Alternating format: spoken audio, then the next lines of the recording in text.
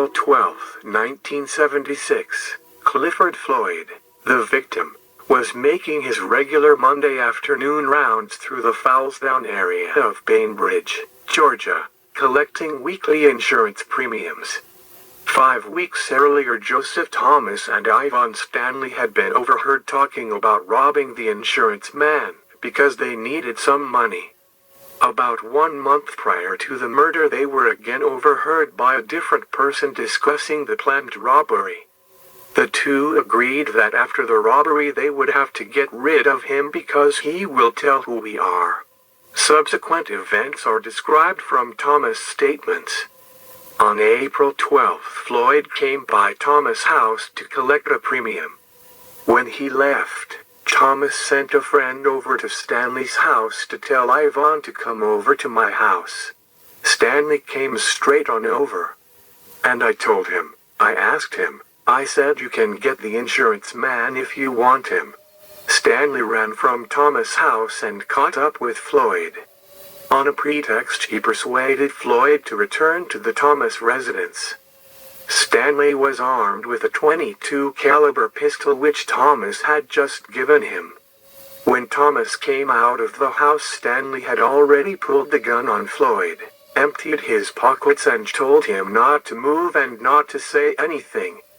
Stanley, armed with the pistol, and Thomas, carrying a hammer, forced Floyd to go with them to the woods near the Thomas house. As they were walking, Floyd and Thomas exchanged some words. Angered, Thomas struck Floyd on the forehead with the hammer. Thomas walked back up to the hog pens near his house, got a length of rope, and returned to the woods where the other two were. Again leaving Stanley and Floyd alone, Thomas went back to where Floyd had parked his car and drove it away in search of a hiding place. He rifled the car, broke into the glove compartment, and removed a .22 caliber pistol. Leaving the car, he walked back to where he had left the other two men. When Thomas returned, he found Floyd tied to a tree. Stanley said, You know, we gonna have to, he knows. Thomas responded, Yeah. We are gonna have to get rid of him, said Stanley. Thomas said nothing, then went back to his house, got his mother's shovel and returned. With the shovel, Thomas began digging a shallow grave perhaps 11 inches in depth. Tiring, he gave the shovel to Stanley, who finished digging that insurance man's grave. When they had completed the grave, Stanley went over and untied Floyd from the tree but left his hands bound. Considerable blood was flowing from Floyd's forehead. Thomas ripped part of the shirt from the man's back and stuffed it into his mouth to silence him. As they approached the grave, Stanley handed the gun to Thomas and told him, You gotta do the rest. Taking the gun, Thomas turned his head away and fired 5 times at Floyd's head. Stanley then took the shovel that had been used to dig the grave and hit Floyd with it twice. He handed the shovel to Thomas, who beat the man with the shovel. He hit him once in the stomach, twice in the head and 1 time in the chest. Floyd was still alive. Stanley then began to shovel dirt over the lower part of Floyd's body. When he had partially buried the man, he handed the shovel to Thomas, who then began to shovel dirt over Floyd's head. Through all of this, Floyd was not only struggling for breath but, as the dirt began to cover his head, he attempted to say something. Twice, according to Thomas, the insurance man had pleaded for his life. When Floyd, still breathing, was completely covered in his shallow grave, the two men left, Thomas returning to his home. At around 6 in the afternoon, as Thomas was finishing supper, Stanley came over to his house and said that they had better go move that car. They drove the car down an old logging road where they eventually bogged down. The car was ultimately discovered by law enforcement officials. At the time of Floyd's last known collection, he would have collected approximately $234. Beginning the next day, 4 anonymous telephone calls were made to police telling them where they could find the car and giving misleading information about the victim. Through a telephone tap, one of these calls was traced to Thomas' home. When police arrived, he was the only one at home. He subsequently admitted making the call. Based upon the autopsy, death was caused by swallowing a mixture of blood and dirt, vomiting it up, then inhaling the regurgitated mixture into the lungs. In sum, Clifford Floyd either strangled or suffocated on his own blood within about 30 minutes as he lay buried in a shallow grave. Thomas was arrested 2 days after the murder and confessed in intricate detail to this crime. His confession was tape-recorded 7 days after the murder and was introduced at the trial. He took the stand and testified that he had no memory of the incident after ingesting 2 pills given or sold to him by some dude in Macon. He also claimed no memory of the telephone calls or of the confession given 7 days later. Stanley was arrested 2 days after the murder. He was advised of his rights and signed a waiver of counsel form. He was interviewed by an agent of the Georgia Bureau of Investigation, but at that time denied any involvement.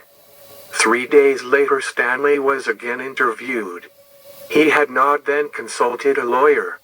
He was again read his Miranda rights, allowed to read the rights from the form, acknowledged that he understood his rights and then signed the form. Stanley then gave a tape-recorded statement in which he confessed to the details of the robbery and murder. Stanley argues that use of a waiver of counsel form does not satisfy the Miranda requirement that prisoners be meaningfully advised that they had a right to counsel, not just a right to waive counsel. The contents of the form and the tape-recorded interview, however, make it absolutely clear that Stanley was advised fully and correctly of his rights, and that he acknowledged that he understood separately with respect to each provision. Stanley's criticism of the caption of the form finds no support in either Miranda v. Arizona, or Brewer v. Williams, the authorities on which he purports to rely.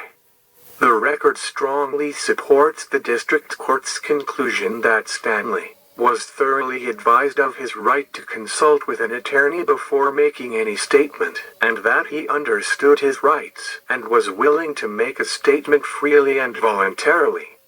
Ivon Ray STANLEY was sentenced to death and executed by electrocution in Georgia on July 12, 1984, after spending 8 years on Georgia's death row.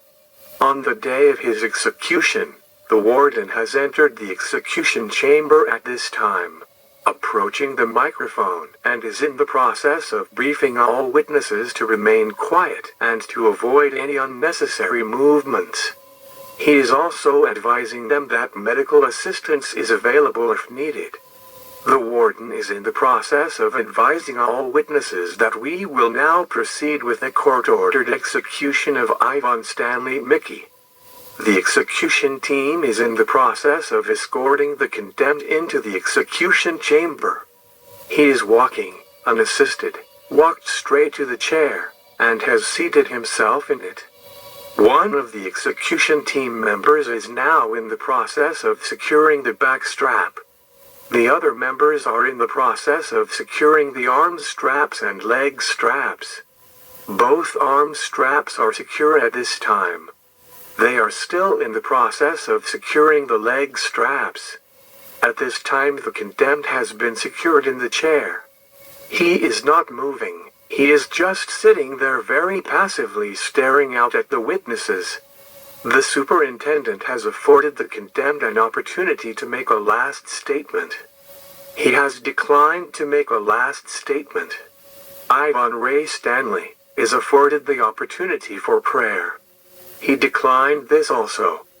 The condemned has offered no resistance throughout. He is just sitting there very passively, not moving.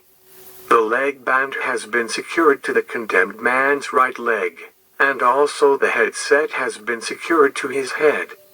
Perspiration is now being wiped from the forehead of the condemned, and he is secure and ready with the execution, with the exception of the hood being placed over his head and the wires being attached to the leg band and to the headset. The electrician now has entered the execution chamber and is in the process of securing the wire to the headset. The wires have been attached and secured to the headset and the leg band. The perspiration has been wiped again from the condemned's forehead, and the hood is being placed on at this time. The face hood has been secured. The warden and all the execution team members have departed the execution chamber. Stand by for the warden's last telephone check. The execution start in progress. When the first surge entered his body, he stiffened and there was a pop, as if one of the straps broke. Ivon Ray STANLEY is still at this time sitting there with clenched fists, with no other movements. He is slowly relaxing at this time. The first phase is completed, then the electric, the second phase. The second phase is completed at this time, then the third and final stage. The inmate has relaxed somewhat. His fists are still clenched, but there is no movement from the condemned. There is still no movement from the individual. He's still just sitting there. Still into the third phase. Third phase and the execution is completed. Now into the 5 minutes lapse time. It appeared that when the execution was completed and the power was off, he relaxed somewhat more than he was. It was pretty visible that he relaxed even more than he was before. The first physician has completed his examination. The examination is completed. Stand by for the superintendent's time of death and confirmation of death. At 12:24, on July 12, 1984, Ivon Ray STANLEY was confirmed dead. Thank you for watching Death Row.